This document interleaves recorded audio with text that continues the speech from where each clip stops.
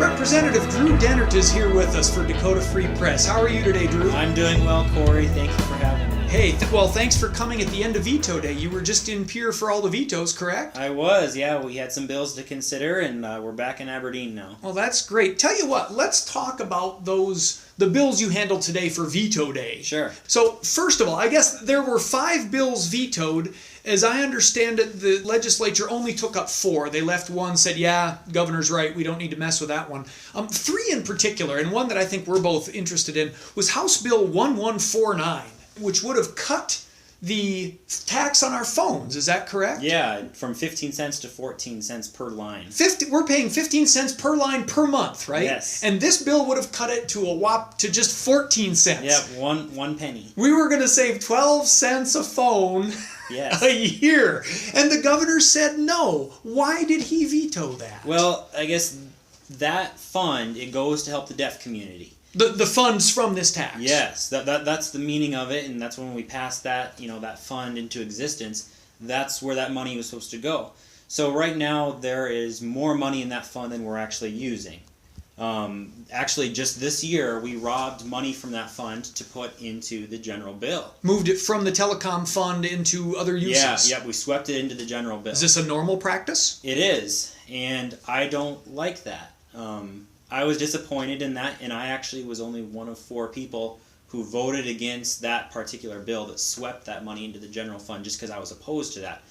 I'm a firm believer that if we, the legislature, are going to tell the people we are going to tax you and provide this service, we should tax them and provide that service, not tax them and provide this other service that we didn't tell them about. Now, was that the dedication of this telecom tax to services for the deaf? Was that just a promise when it was passed, or is that written in statute that that's where that money goes? Well, I believe it's written in statute, but I guess I'd have to check on that one to know for sure. It disappoints me the fact that when people pay this tax and they know about it, they're saying, I'm paying these 15 cents to help the deaf community, not to help the general bill. And that's disappointing to me that we had this bill that would decrease it by a penny, and it would probably bring the fund to probably a more appropriate amount of money, what's going to be in there. And the legislature passed it. It was a Democrat bill, actually. The legislature passed it, and then the Republican governor vetoes a tax decrease. Democrats propose a tax cut. Republican governor vetoes it. Yeah, and it's kind of too bad because we have a governor who did say when he campaigned in 2010 he wasn't going to increase taxes, and he increases taxes quite a bit. He's got the biggest and the second biggest tax increase in state history. Of course, now this wasn't a tax increase today, or the veto wasn't a tax increase. It just was rejecting a tax decrease. That's correct. So our taxes are higher today than they would have been if you'd have had your way on House Bill 1149. Yeah, that's correct. Do you recall how much money was at stake here? I mean, 12 cents per phone per year, it can't be that much money. Well, and I don't remember the exact specifics, to drop it by 1 penny. But it's more than you'd think if you take every single phone line in the state. And it's on cell phones too, right? I believe so, yeah. Oh, that'll add up then, yeah, sure. If you go 1 penny a month for every single phone line, that adds up. Okay. Fast. Well, so whatever the amount of the money was, I understand that kind of the Republicans, the appropriators, and the governor, they were arguing that the budget's tight, we can't afford to let any money go, even this money that we're sweeping kind of sneakily from one fund to another.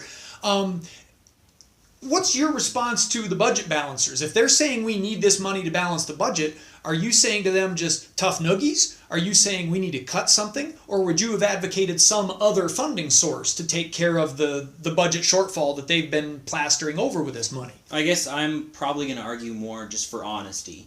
If we need the money and we need to tax people for it, we should be honest about where the money's going, rather than saying we're going to give it to the deaf community and then not give it to the deaf community. So let's just be honest with where the money's going, and that's basically what I'm asking for. So you might tax us, but you're not going to trick us into it. You're going to tell us exactly what those taxes are for when we vote on them. Well, and I'm a low tax type of a guy, but I'm not a no tax type of a guy. So the less taxes the better, but there are also responsibilities of the government. So either be honest or do without. Certainly be honest.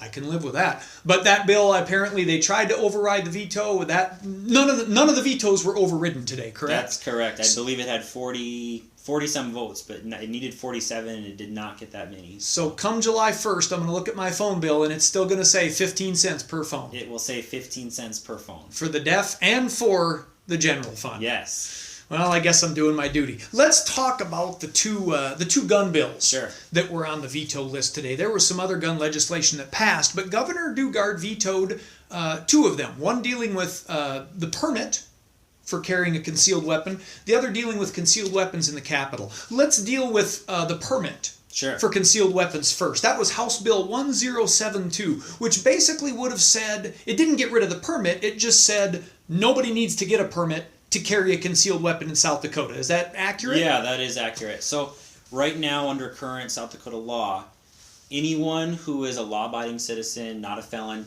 they could walk out on the street and open carry their pistol. What this says is that you could put your coat over the top of it, or you could conceal it, in your glove box of your car without a permit, so long as you are, a law-abiding citizen and you can legally own that weapon. Now, that's an interesting point, because right now anybody can open carry a weapon, other than felons. Correct. There are some people who just can't possess a gun because of whatever bad things they've done. But I don't need a permit, you don't need a permit to walk around town with a gun on our hip visible, correct? Correct. So why isn't open carry enough? When people talk about wanting to have a gun around, in general, I know this is maybe beyond 1072. Why is concealed carry so important? I guess that it would, motivate a bill like 1072. Well, and here's the way I look at it. Let's say, for example, I have a permit and I have a concealed pistol in the glove box of my car. And I'm driving around town and I come to your house and I say, Corey, can you run an errand for me? And you say, absolutely, Drew. But you don't have a permit, and my gun is still in the glove box. You run down to the gas station and grab something, but on the way down you get pulled over, and the cop asks for the insurance, and you grab the insurance, but oh look, there's a gun in the glove box. Drew, you loan me your car and you don't tell me there's a gun in your car? Well, that's my responsibility to do that, but the way I see this bill is it will prevent a few citizens who really didn't do anything wrong from getting slapped with a Class 1 misdemeanor. Citizens who borrow the car of their buddy who's got a concealed weapon. Yes. Remind me not to borrow your car, Drew. Yeah. I'm feeling nervous here. Well, let me ask another maybe broader question. There was debate, and I heard Representative Johns talk about the constitutional side. And Representative Johns, he's a judge. He's tried more cases than you or I have. And he made the comment that I think harkens to something Governor Dugard said in his veto message, that concealed carry isn't actually included in the Second Amendment. Play constitutional scholar for me. Tell me how, in your mind, because that was the talk. This is about Second Amendment. That was coming from the supporters of the bill. How does concealed carry fit under the Second Amendment right to bear arms? I guess the way I see it, the way the Second Amendment reads, as long as you are a law-abiding citizen and you're not doing any harm, I think it's covered. Now, there's, reasonable people can disagree. You and I can disagree on this. Judge Johns and myself can disagree. I think it's covered underneath the Second Amendment pretty clearly.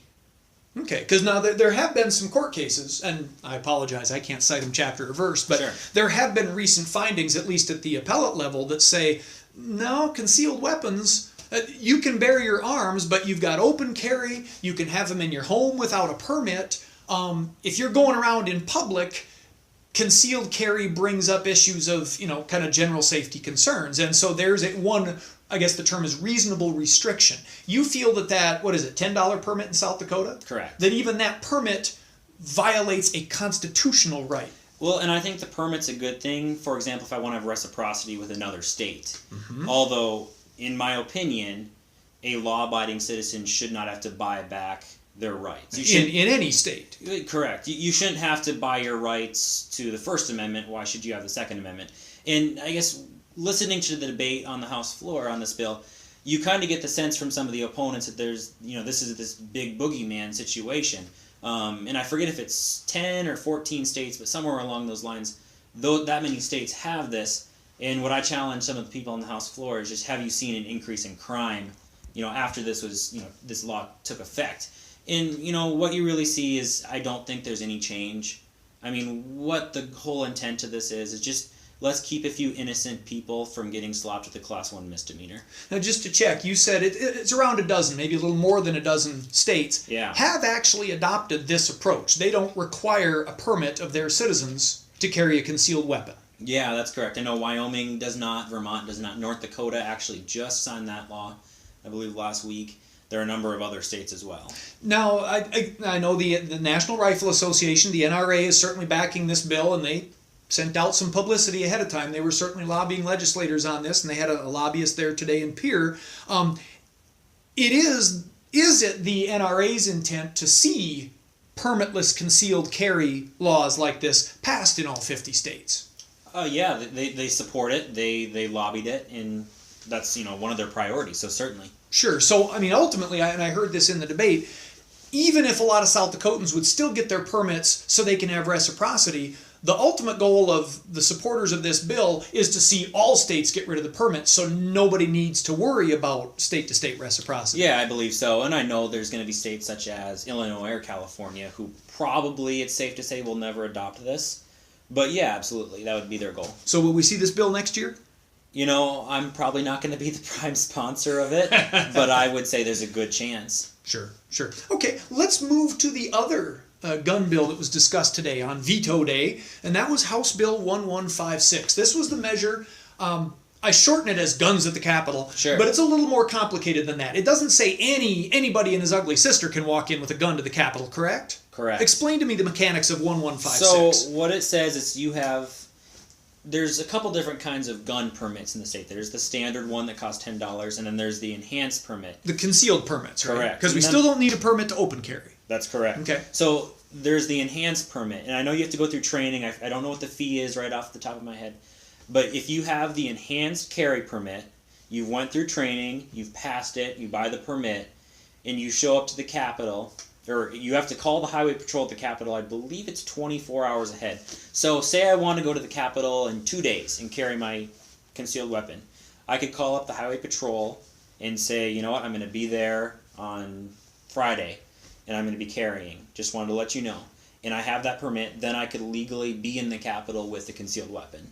Right. Now, this bill, it passed with decent majorities in both chambers. The governor vetoed it, and it didn't pass today. You still had a majority, but I think you lost a couple of votes from the earlier vote, and it didn't reach the threshold. So this is not law. People still can't carry their guns into the Capitol, really, under any circumstances. That's correct. The only people that can do it are, I believe, law enforcement. You and I can't walk in with our guns into the Capitol. That is certainly correct. Under any circumstance, as of today with this veto sustained by the legislature. That is correct. Now, Governor Dugard, in his veto message, seemed to focus on his faith in the existing security personnel, Capitol Security, the Highway Patrol through the Department of Public Safety. Your first year in the Capitol, I guess as a legislator, you've been there before. Was it intern, Paige? Correct, both actually. Sir, you've been in the Capitol before, but this was your first year as kind of the man, or one of the man. Did you feel unsafe in this very visible public position, in this very visible public building? Personally, me, I felt safe. And I don't really have a big dog in the fight on this bill. Actually, some of the people who had requested this are the constitutional officers. So, the constitutional officers are in the Capitol, all 12 months of the year. Secretary of State, Attorney General, Public the Attorney General is actually in a different building. And the Attorney General actually would be authorized to carry. Because he's a cop. Correct. Ah, okay. So not Marty's problem. Yeah, so the Secretary of State, the State Treasurer, State Auditor, some of those people are the people who actually want this. So the other 10 months of the legislature is not there. I believe there's a little bit less security in the Capitol, so they know anyone can come in at any time, and they would feel safer with that, because every single constitutional officer in South Dakota endorsed this, actually. Now, could we do a compromise bill? I know Chantel's a dead shot with those rattlesnakes. Could we just have a bill that authorizes Chantel Krebs to carry a gun in the Capitol? Would we be safe enough then? Well, anyone could bring any bill. So that would certainly be, I think, a little bit of a compromise. I don't know for sure that if it would pass or not, and I'm not sure that the governor would sign it or not. But, it certainly would probably be a good discussion to have. There's our rattlesnake criteria. We will allow constitutional officers to carry weapons once they've killed a rattlesnake. Sure. Okay, well, there's a thought. Seriously on the bill, even for the constitutional officers, Which do you think would be a better solution? If you were king for a day, or majority leader for a day, it could happen in a few years, right? Would you rather tell the constitutional officers and their staff they can bring their guns from home to the Capitol? Or would you rather fund the same security outside of session, apparently, that exists now during session? I have no problem if Chantel Krebs or, one of her staff people want to have that. The comment was made today on the floor that the secretary, for the Secretary of State, right at the front office, she has her enhanced permit, but she can't carry. She'd like to carry. If this bill would have passed, I assume she would have, but now she won't be able to.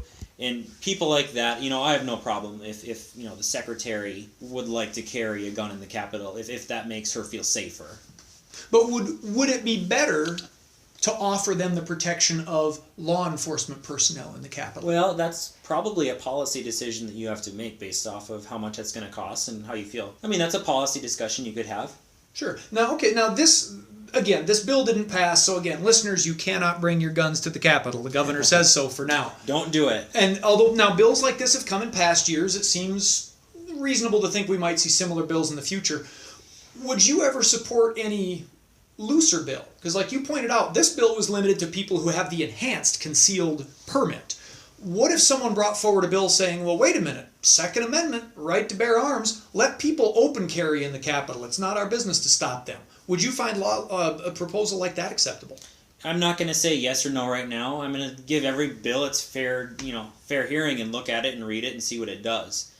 If I feel like it makes the Capitol a safer place, then I'll consider it. If I feel like it makes the Capitol more unsafe, then I'll oppose it. And also, maybe take some input from constituents on a bill like that.